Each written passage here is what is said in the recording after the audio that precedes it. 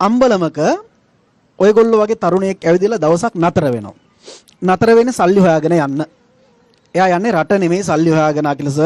එයා යන්නේ මේ රටේම තමයි හොයන්න. අම්බලමක නවතිනවා. අම්බලමක නැවතුනහම හැන්දෑවේ 100 කෙනෙක් හම්බ වෙනවා අම්බලමේදී. නිින්ද යන්නෙත් නෑ අම්බලමේ 100ත් එක්ක කතා කර කර ඉන්නකොට මේ තරුණයා අහනවා 100 මට නිින්ද යනකල් කතා කියන්නකෝ. පස්සේ කියනවා හා මං කියන්නම්. හැබැයි නිකන් කියන්නේ නෑ. නිකන් කතා කියන්නේ නෑ අය කරනවා. දැන් සල්ලි හොයාගෙන යන මිනිස්සයාගෙන් තමයි මේ අය කිරීම කරන්නේ. කීයකට දෙන්නම් කමක් නෑ කියලා කතා. පළවෙනි කතාව. මේ කතාව හොඳට මතක තියාගන්න. පළවෙනි කතාව ඊටාම කෙටි. පැහැදිලි දුර පාරවල් තියෙද්දී අපැහැදිලි කෙටි පාරවල් වල යන්න එපා කියනවා. කතාව ඉවරයි. මේ කතාවක් අහපම නින්ද යනවද අපිට? එහෙම නින්ද යන්නේ නැත්නම් පස්සේ තව කතාවක් කියන්න. දෙවෙනි කතාව තමයි කොතැනට ගියත් වැඩක් කරනකොට තනතුර ගැන බලන්න එපා ඒ වැඩේ කරන්න. තුන්වෙනි කතාවත් කියනවා ගියපු වැඩේ හැර වෙන වැඩක් කරන්න එපා ඒ වැඩේ කරන්න. හතරවෙනි කතාව කියනකොට තමයි නින්ද යන්නේ. ඇහෙන් දැක්කත් කනෙන් ඇහුවත් තීන්දුව తీරන ගන්න තව සැරයක් විමසන්න. ඔය කතා හතර තමයි කියන්නේ. දැන් රෑ පහන් වෙනකොට මේ අම්බලමට තව තරුණ කණ්ඩායමක් එනවා. ඇවිල්ලා කියනවා මේ අපි සල්ලි හොයාගෙන නගරයට යන්නේ. මෙතනින් අතුරු පාරක් තියෙනවා කෙටි පාරක්. අර ෂෝට් කට් එකක් තියෙනවා ටිකක් දිගයි වගේ ඒවා. ඒ වගේ එකක් තමයි. එහෙම එකක් තියෙනවා අපිත් එක්ක යන් කියනවා. ඊට පස්සේ කියනවා නෑ එයාට එකපාරම 100ගේ කතාව මතක් වෙනවා. පළවෙනි කතාව මොකද්ද? පැහැදිලි දිග පාර තියෙද්දී නොපැහැදිලි කෙටි පාරවල් හොයන්න එපා කියලා. පස්සේ ඔයාලා ඔගේ පාරේ යන්න මම මගේ පාරේ එන්නම් කියලා. එයා එනවා නගරයට පැහැදිලි පාරෙන්. එයාට නගරයට ඇතුල් වෙනකොටම ආරංචි එනවා මේ කැලෙන් ආපු තරුණ කණ්ඩායමකට හොරු ගහලා මරලා. බලන්න 100ගේ කතාව කොච්චර වටිනවද කියලා හොඳේ. එතකොට එයා එහෙම නගරයට ආවා. නගරයට ආවම නගරෙම ගඳයි කුණු. ඒ නගරේ ඉන්නේ ඔක්කොම නිලධාරීන්. ඔක්කොම නිලධාරීන් ඉන්නේ ග්‍රාම සේවකලා. එතනින් උඩ අය තමයි ඉන්නේ. කවුරුත් කුණු අයින් කරන්නේ නැහැ. නගරෙම ගඳයි. යට පෙලක් තියෙනවා තව හොඳේ. මම යට පෙල මතු කරන්නේ නැතුව මේ කියන්නේ. තනතුරු වැඩි වුණාම ගඳ වැඩි දෝ කියලාද මම දන්නේ මේ 100 කිව්වේ.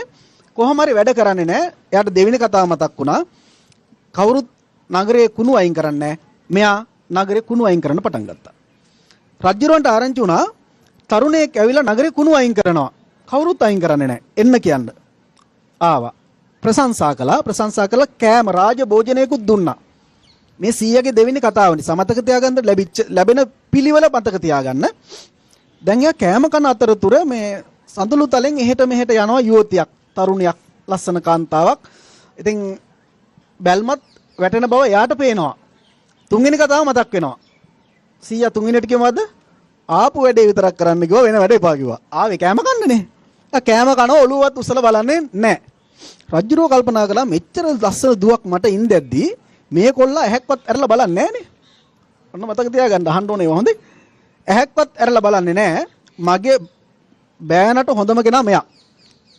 දුව සරණ පාවල දීලා යුවරජතුණත් පවරනවා. යුවරජකමත් එයාට පවරනවා. ඊට පස්සේ ටික කාලයක් ඉන්නකොට මෙයාට මතක් වෙනවා මම කසාද බැඳලානේ. ගෙදර නෝනක් කෙනෙක් හිටියනේ. දරුවෙකුත් හම්බ වෙන්නේ හිටියේ. රජුරවන්ටත් නොකියා අර රාජ ආභරණ සියල්ල ගලවලා කඩුව අතට අරගෙන ඒකත් හසංගවගෙන ගෙදර ගියා. ගෙදර ගිහිල්ලා එයාට පේනවා ටිකක් පරණ ගතියක් ගෙදර, අඳුරු ගතියක්. කිට්ටු කළා හැන්දෑවරුවක. ගෙදරට කිට්ටු කරලා බලපුවාම නෝනා තව මිනිස්සෙකුත් එක්ක යහනේ කඩුව අතට ගත්තා. අනිවාර්යයෙන්ම දෙන්නම කපනවයි කියලා 100ගේ 4 වෙනි කතාව මතක් වුණා. මොකද්ද කතාව? ඇහැට දැක්කත් කනට ඇහුණත් විශ්වාස කරන්න එපා. හොඳට හොයලා බලන්න විචක්ෂණශීලී වෙන්න කියලා. එයා ආපහු කඩුව කොපුවට දාගෙන දොරට තට්ටු කරලා බැලුවා. පස්සේ නෝනා කිව්වා මම දන්නවා කවදා හරි ඔයා මාව හොයාගෙන එනවයි කියලා. බලන්න මගේ බඩේ හිටිය දරුවා කොච්චර ලොකුද මේ. කොහොමද ඉක්මන් වුණා නම්? ඒ නිසා මට හිතෙන්නේ අපිට අර අම්බලමේ හම්බ වෙච්ච 100 හම්බ වුණේ නැහැ. අපේ රටේ ළමයින්ට. මම අද මේ සමාජගත කරනවා සිරසේ තුරුණු සිතේදී ඒ 100 හැම හිතකටම මේ දුන්නු පාඩම් ටික ගන්න මහා ලොකු ගමනක් මේ තාරුණ්‍ය අරගෙන යන්න පුළුවන් වෙයි කියලා.